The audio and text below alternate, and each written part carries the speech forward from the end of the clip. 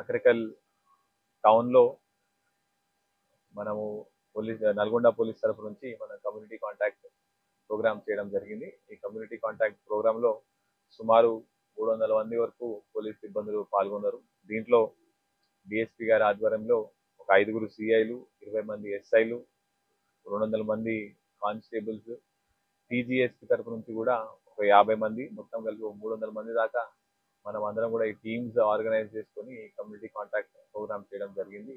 ఇందులో మనం మొత్తము 14 పార్టీలు, ఒక 7 కట్ ఆఫ్ పార్టీస్ పెట్టి ఒక 350 ఇల్లు వరకు మనం ఇవాళ సర్వ్ చేయడం జరిగింది.